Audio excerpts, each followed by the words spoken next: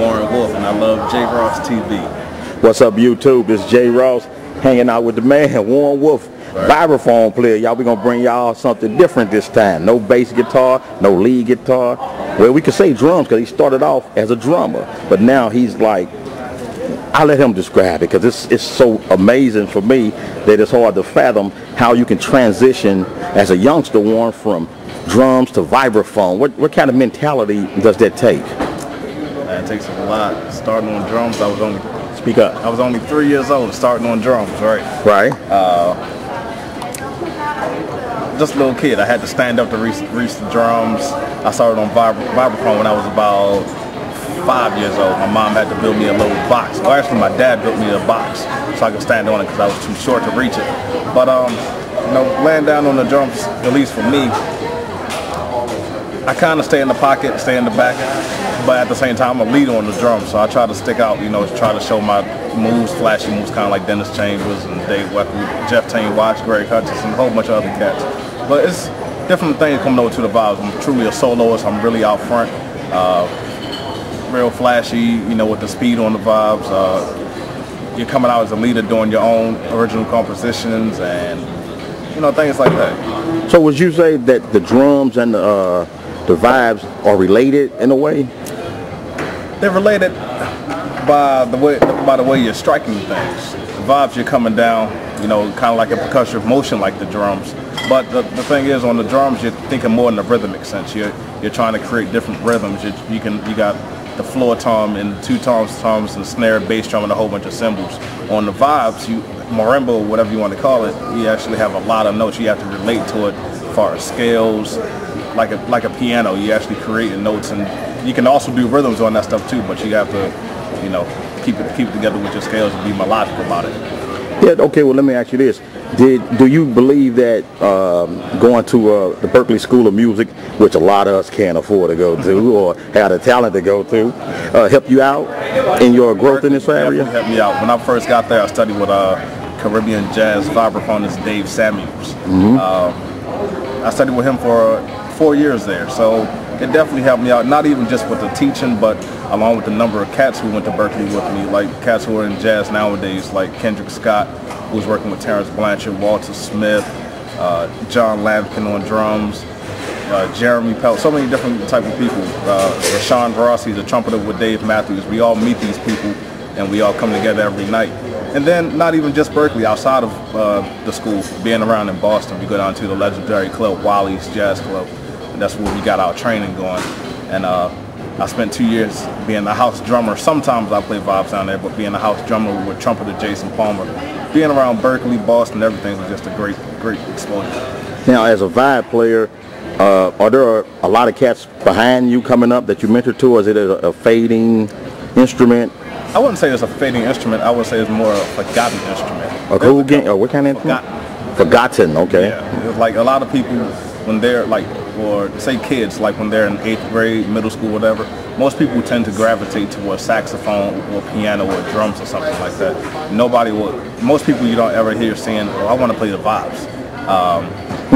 But there's a couple people. There's a brother of mine, his name is Justin Thomas. He's out in Chicago. Another wonderful cat named Peter Schlam. He's in New York. He's attending the new school. And another friend of mine down in Houston, Texas, name is Chase Jordan. But besides that, you know, not too many more. Okay, the last question in a sense, related to your own CD project. Now you out front now playing with Christian. Is it a different animal?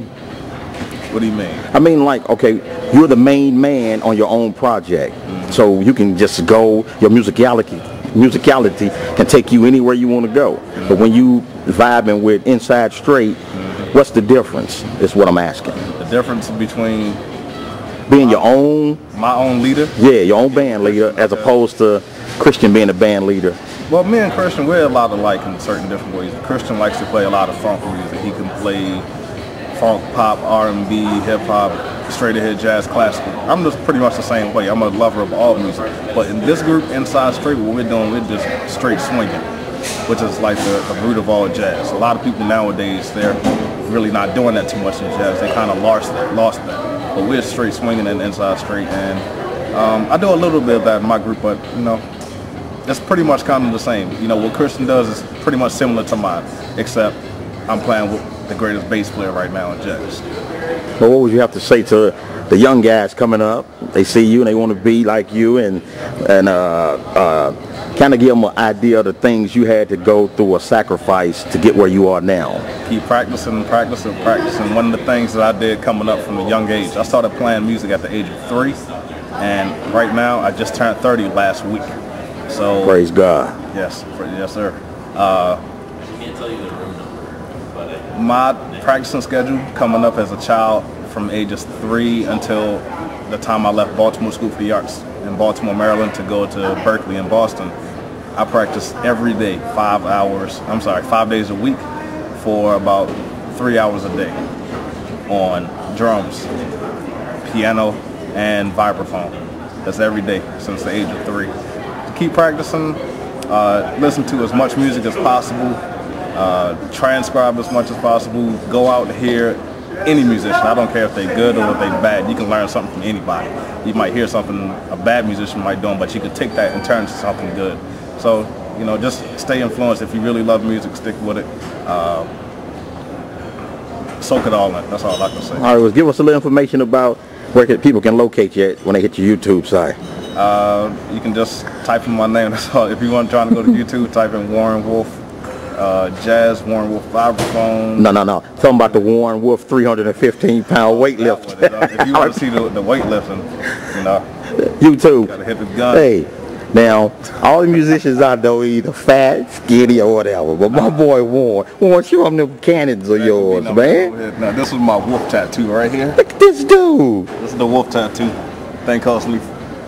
I ain't gonna say how much it cost. But I mean, this cat here. It looked like a Marine.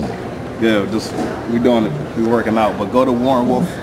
Type in Warren Wolf working out, and you'll see a couple of videos of me putting up 315 pounds on the bench press. This can probably be some more. Eventually, I'll throw some arm workouts, some squats or whatever. Now, real quick. Does the weightlifting help you out with your strength as a vibraphone player? Very much. Okay. It adds power to it. Usually when I play vibes, sometimes I break bars, I break strings. that all comes from the power of just the weightlifting. But in all serious, you know, weightlifting it just keeps you healthy. Yeah. Along with doing cardio and stuff like that. So just try to stay healthy, be a normal musician, be a productive musician, be the best person I can be, and that's in every category. Well, I'm going to get me some barbecue.